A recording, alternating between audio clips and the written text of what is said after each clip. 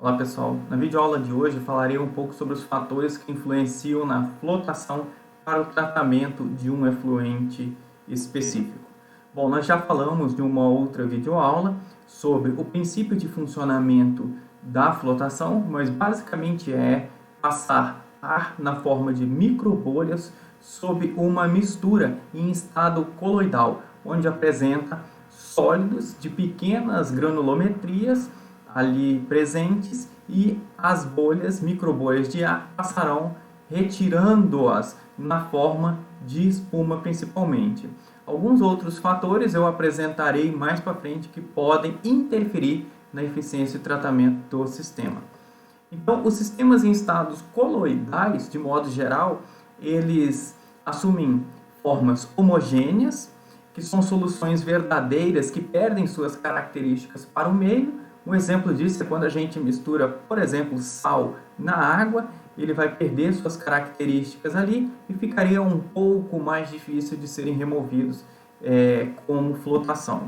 E os sistemas heterogêneos, que são caracterizados por pequenas partículas que têm características próprias, como por exemplo, se a gente misturar sólidos provenientes, por exemplo, de partículas de solo na água, eles mantêm as suas características próprias ali na água. E aí nós teremos uma fase que é a fase discreta, que é a partícula que vai estar suspensa ou dispersa na água. Essa partícula possui cargas, ela possui arestas, ela possui superfícies e elas possuem também características de hidrofilidade ou hidrofobilidade quanto ao efluente. E uma fase contínua, que basicamente é o meio em suspensão, ou seja, ali a parte líquida. Então, alguns sistemas coloidais, nós temos a fase contínua, que é o dispersante, e a fase dispersa. Se nós pegarmos, por exemplo, a nossa fase contínua como um líquido, por exemplo, um efluente, nós temos o sólido, que é a fase dispersa ali. Como exemplo, nós temos tinta, o nosso próprio sangue, né? Algo que apresenta uma coloração e que nós podemos remover na forma de flotação. Então, alguns fatores que contribuem para a natureza de um sistema coloidal, basicamente é o tamanho e a forma dessa partícula. Se a gente tomar como exemplo uma partícula de solo, por exemplo, ela terá tamanho de alguns micros e uma forma específica que pode favorecer a sua floculação e posteriormente flotação. Nós temos também algumas propriedades químicas e físicas da superfície da partícula que podem facilitar a sua adesão, a distorção, aliás, a sua adesão ou não à bolha da flotação. Nós temos também as propriedades químicas e físicas da fase contínua, ou seja, do nosso efluente, como por exemplo a densidade, por exemplo a própria viscosidade desse efluente, as interações entre partícula e partícula, como que elas vão se aderir aí, se elas vão formar flocos, se elas vão se repelir, e as interações também entre partícula e fase contínua, como por exemplo, eu já tinha citado, se ela será hidrofílica ou hidrofóbica. Então, aqui nós temos um exemplo de partículas, propriedades da superfície, hidrofobicidade. Quando o meio é muito hidrofílico, ou seja, tem afinidade com a água, nós teremos um ângulo de contato muito maior aqui, ó. E com isso ficará mais difícil de remover uma partícula hidrofílica, que tem muita afinidade com a água. Por outro lado, se a gente tem uma partícula que é muito hidrofóbica, o ângulo de contato vai ser bem menor e vai facilitar aqui o arraste dela para a superfície na forma de flotação. Então, algumas forças atuantes ali nas interações, essas interações que eu expliquei, pode ser de atração ou repulsão eletrostática, atração e repulsão de forças de Van der Waals, que basicamente é entre as partículas e o meio que ela está, forças brownianas, forças relacionadas à viscosidade, que é basicamente ali o transporte no efluente, sua movimentação, sua inércia quanto ao movimento, o movimento também gravitacional, as esféricas, a tensão superficial. Aqui nós temos uma representação da atuação dessa força. A velocidade máxima dela, quanto à energia potencial total, está relacionada proporcionalmente à força de repulsão da dupla camada elétrica e à força atrativa de Van der Waals. Então nós temos aqui, maior será essa velocidade, essa energia potencial total, quanto maior for a repulsão da dupla camada elétrica. Se há uma repulsão da dupla camada elétrica, ela estará mais instável no meio, então ela está mais passível de flotar. Ao contrário, aqui nós temos as forças atrativas de Van der Waals. Então tudo isso aqui está relacionado com o que se pretende remover lá no efluente na forma de flotação. É importante também destacar que a flotação ela é um tratamento, uma técnica de tratamento seletivo. Então a gente pode selecionar o que a gente vai remover ali no nosso efluente. Então alguns tipos de processos de flotação, eu já havia comentado sobre isso, sobre eles. A flotação por ar dissolvido, que vai gerar diâmetros de bolha de 20 a 100 micrômetros. A flotação por ar dissolvido é basicamente em um cilindro, uma câmara de saturação, injetar ar a uma pressão acima da pressão atmosférica, algo em torno de 4 a 5 atm de pressão, e depois essa água com ar saturado sair por um orifício que vai gerar uma cavitação muito grande. Com isso, o ar vai sair dissolvido na água.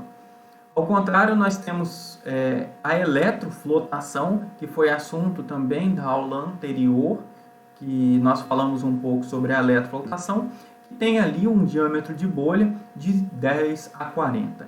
Então, a eletroflotação ela acontece por meio da eletrólise da molécula da água, e aí nós vamos gerar o gás hidrogênio e o gás oxigênio.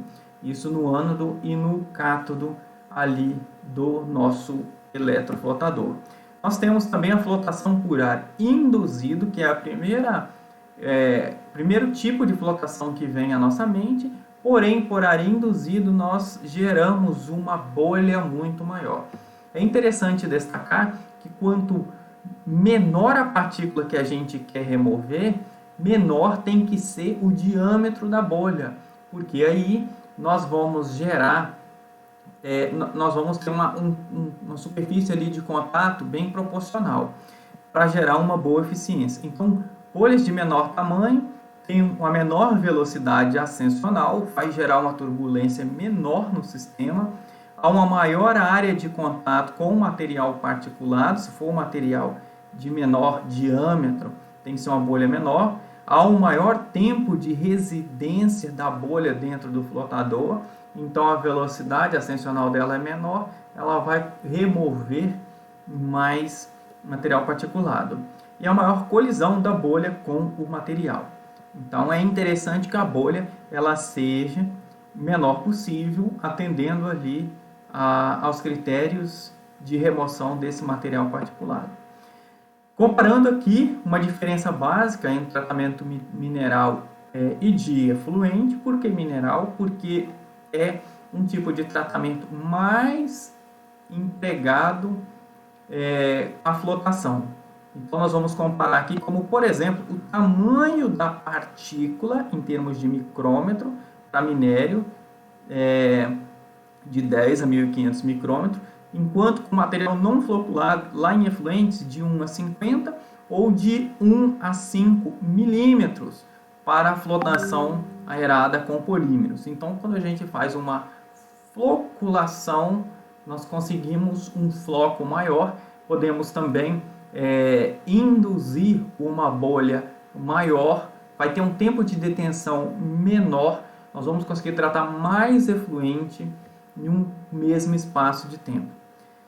Tamanho de bolhas, o tamanho de bolhas é menor, tá? quando a gente trabalha ali com efluentes. Por quê? Porque às vezes nós teremos que remover partículas pequenas, geralmente causam cor no efluente. A velocidade superficial da bolhas também é menor. O número de bolhas por centímetro cúbico aqui também é maior para a gente conseguir uma remoção no FAD. Quanto aos usos ali na flotação, para efluentes industriais, que é o nosso caso aqui, é empregado geralmente para remoção de gorduras, sólidos suspensos totais, materiais grosseiros, tipo ADBO, que ela é insolúvel ali, fibras, alguns nutrientes, turbidez, metais precipitados, entre outros mais. Então, alguns outros fatores que influenciam, como por exemplo, a probabilidade de flotação, que é o produtório aí da probabilidade de colisão, de adesão, de permanência, de remoção ou coleta do efluente. Cada um desses tópicos ele é estudado especificamente quando o assunto é flotação de alguns minerais, por exemplo, para serem segregados. Nós temos também um mecanismo de relação partículas-microbolhas. Tem que ser feito um estudo no efluente do tamanho das partículas, quantidades, para saber o tamanho das bolhas, o diâmetro, para se inserir no sistema. Então, nós temos aí nucleação de superfície do sólido, que pode gerar um núcleo, aprisionamento das bolhas dentro dos flocos, quando o floco é muito grande e as bolhas são muito pequenas, o arraste desses agregados pelo aumento das bolhas, então pode gerar uma nuvem sendo ascensionado ali. O ângulo de contato também, eu tinha comentado anteriormente, e aí eu agradeço a vocês por assistirem a aula até o presente momento e fico à disposição. Deixarei a tarefa lá na página da disciplina, que é basicamente vocês apresentarem um artigo sobre os fatores que influenciam.